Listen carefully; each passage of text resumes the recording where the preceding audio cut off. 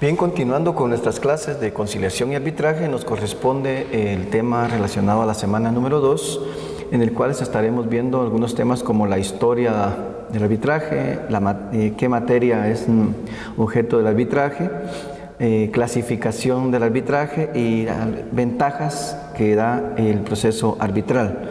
En ese sentido, entonces vamos a comenzar, y el objetivo de la presente clase es que el estudiante de la Universidad Rural de Guatemala pues conozca la génesis, ¿verdad?, el inicio en relación a la materia y ventajas que da el proceso arbitral, el juicio de conocimiento arbitral, ¿verdad?, que antes estaba regulado en el Código Procesal Civil y Mercantil. Hoy en día pues es una ley individual, una ley especial que regula precisamente este proceso de conocimiento, como es el decreto 67-95 del Congreso de la República de Guatemala.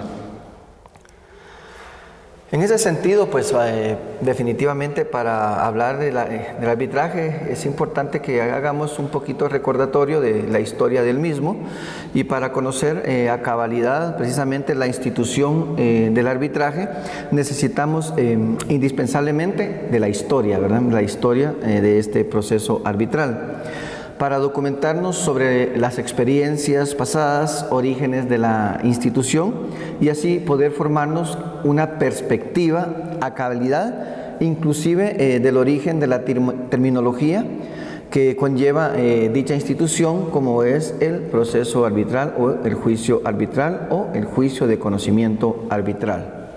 En ese sentido haremos una breve recopilación, diríamos, de lo que ha sido el arbitraje a través de la historia, ya que en algunos momentos, pues cuando se crea esta ley de arbitraje, algunos colegas pues han dicho, bueno, eso es una materia nueva, es algo nuevo que a raíz de la creación de esta ley, del decreto 67-95 del Congreso de la República, que regula la ley, que es la ley de arbitraje, pues se habla de que es novedoso y que es nueva esta materia. Sin embargo, al hacer un análisis de la misma, realmente no es una institución nueva, es una institución que viene desde la antigüedad, se ha realizado, pero que hoy en día ha tomado auge porque algunos estados pues ya han legislado sobre la materia como el nuestro. Son muy pocos realmente quienes han legislado sobre la materia del arbitraje, pero a través de este curso vamos a ver cuál ha sido el desenvolvimiento, el desarrollo del mismo. Entonces decía que haremos esa breve recopilación de lo que ha sido esta materia del arbitraje a través de la historia. Y para ello pues vamos a ver en algunos aspectos algunos momentos en los cuales pues ya se daba lo que es el arbitraje, y podemos empezar hablando de lo que son las sociedades primitivas en la que el arbitraje fue la primera forma de resolver conflictos de interés dirigidos muchas veces por patriarcas, por ancianos o con sus consejos. Podríamos irnos también a lo que es a la antigua China, ¿verdad?, la cual utilizaba lo que era la mediación, que era el principal recurso para resolver distintos conflictos de interés. Así también podemos hablar de la etapa de los hebreos y cristianos, ¿verdad?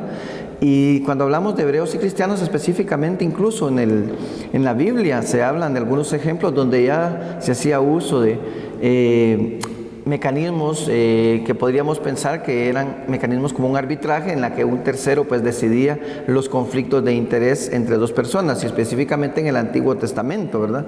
Podemos ver algunas situaciones de estas, como por ejemplo el caso de Moisés, ¿verdad?, el caso de las dos madres también que peleaban por la maternidad de un hijo, ¿verdad?, y que fueron con el rey, y el rey es el que fue quien decidió, haciendo uso como un tercero en discordia, colaborando para coadyuvar a la resolución de ese conflicto cuando dos madres estaban peleando la maternidad de un bebé, en el cual pues ambas madres alegaban ser la madre de uno. Realmente habían nacido dos, pero uno nació muerto y el otro vivo, y el que estaba vivo ambas decían que era su hijo, hasta que llegaron con el rey, y es el rey, ¿verdad?, el que decide al final esta situación, pero toma sabiamente, ¿verdad?, llama a uno de sus soldados, ¿verdad?, dice que parta al niño en dos y que le dé la mitad a cada uno, ¿verdad?, ya que no se ponen de acuerdo. Pero una de las madres, al ver que iban a hacer eso, dijo, momento, ¿verdad?, que le quede el niño a la otra madre, y ella renuncia a su derecho. Entonces El rey Salomón específicamente, ¿verdad?, toma al bebé y se lo da a la madre que estaba renunciando, porque dice que solo una verdadera madre no iba a permitir que su hijo muriera, ¿verdad? Ustedes se dan cuenta, ya desde la Biblia encontramos ejemplos claros del arbitraje, ¿verdad? Así también tenemos algunos ejemplos que se dieron en Grecia, ¿verdad?, en relación a los atenienses, que daban fuerza de ley a las transacciones que se celebraban, los llamados ¿a qué? A un juicio. En toda la historia de Grecia se encuentra la figura del arbitraje, la mediación, la conciliación. Evolucionó e influyó directamente o específicamente, diríamos, en lo que fue el derecho romano. Así hablamos entonces de Roma también, en la cual los árbitros y juramento fueron medios muy populares, de gran uso en la Roma de los últimos tiempos, constituyendo una forma solemne del procedimiento antiguo, ¿verdad?, para resolver distintos conflictos de intereses. Eso nos trae a un tiempo más cercano, como es la América hispánica, ¿verdad?, en la cual los antecedentes más remotos los tenemos durante la colonia, cuando el arbitraje estuvo regulado. ¿Por qué? Por las leyes, aquellas leyes que se conocían como las leyes de las partidas. La nueva recopilación y la novísima recopilación, pero en realidad fue en América hispánica pues fue muy escasa la utilización en el terreno práctico en cuanto a la materia del arbitraje. En sus orígenes, los procedimientos arbitrales pues eran llevados en forma ad hoc, no obstante la inexistencia de un derecho que le diera efectos jurídicos. Esto nos lleva entonces también a la historia del arbitraje en lo que es Guatemala, ¿verdad? En Guatemala, pues los primeros antecedentes del arbitraje en Guatemala los encontramos precisamente en la Ley de Enjuiciamiento del Código de Comercio Español de 1829, el cual estuvo vigente en nuestro país hasta la promulgación del Código de Comercio de Guatemala del 20 de julio de 1887, el título sexto de la Ley de Enjuiciamiento del Código de 1829, que contenía el juicio arbitral en su artículo 252 específicamente. En ese sentido, recientemente el proceso arbitral pues estuvo posteriormente regulado en el Código Procesal Civil y Mercantil, Decreto Ley 107, desde el 1 de julio del año de 1964. De los artículos, estaba regulado dentro de nuestro Código Procesal Civil y Mercantil, dentro de los artículos 269 al 293.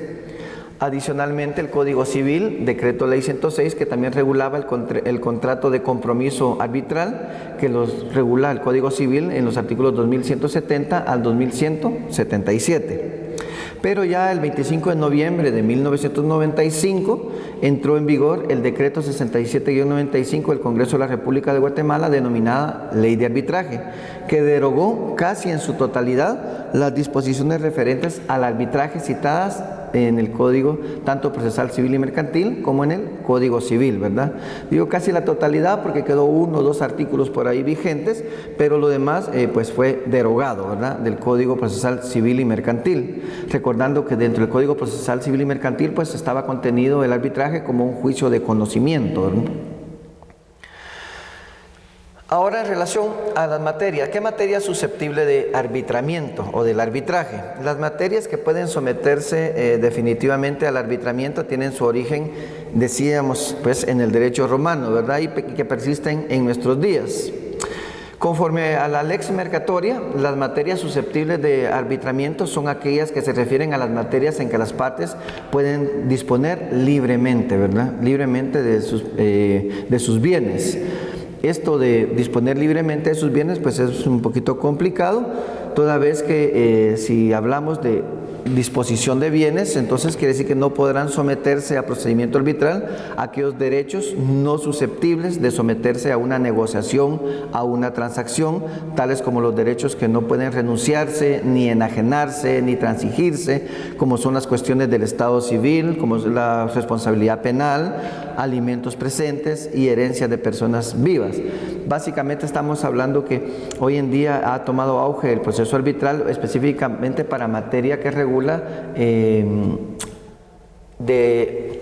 diríamos materia mercantil, donde hay una libre disposición, ¿verdad? Por ejemplo, alguien que va a comprar un lote de computadoras a quien se las va a comprar, pueden hacer el contrato correspondiente y dejar dentro de ese contrato la cláusula que cualquier inconveniente o cualquier conflicto de interés que pueda darse de conformidad con ese contrato se pueda resolver por la vía arbitral, porque ahí hay una libre disposición, no se va a afectar derechos de terceros, ¿verdad? A eso se refiere entonces la materia susceptible de arbitraje. ¿Cuál es la clasificación doctrinal del arbitraje? En cuanto a la clasificación doctrinal del arbitraje, podemos ver que se clasifica por las personas que la administran, que el arbitraje puede ser ad hoc o puede ser institucional. Por su origen, que puede ser voluntario y forzoso, por el procedimiento, que puede ser arbitraje de derecho o arbitraje de equidad, y por derecho, que puede ser un derecho público y un derecho privado. En ese sentido, entonces, esa es la clase, cómo se clasifica el arbitraje. ¿Cuáles son las ventajas del arbitraje? Dentro de las ventajas del arbitraje podemos ver que vamos a encontrar lo que es principios como la celeridad, como la economía, como la universalidad, como la eficacia, como la reserva, la idoneidad, la equidad, la inmediación y la informalidad. Ese es el contenido que estaremos desarrollando también en la clase más específicamente. En cuanto a la clase número 2, termino con algunas preguntas como es: ¿se hace obligatorio cuando la ley lo impone como un medio para solucionar un conflicto o cuando las partes pueden exigirlo con base a un convenio anterior?